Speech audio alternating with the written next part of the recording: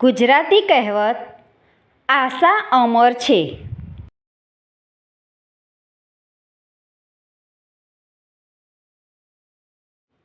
આશા અમર છે.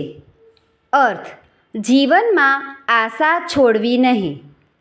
વાક્ય: એકવાર પરાજિત થયા તો શું, મહેનત કરવાનું છોડશો નહીં. કામયાબી જરૂર મળશે.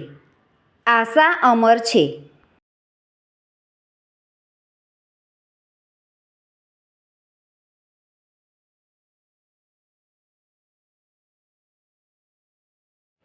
Thank you friends. Please like, share and subscribe.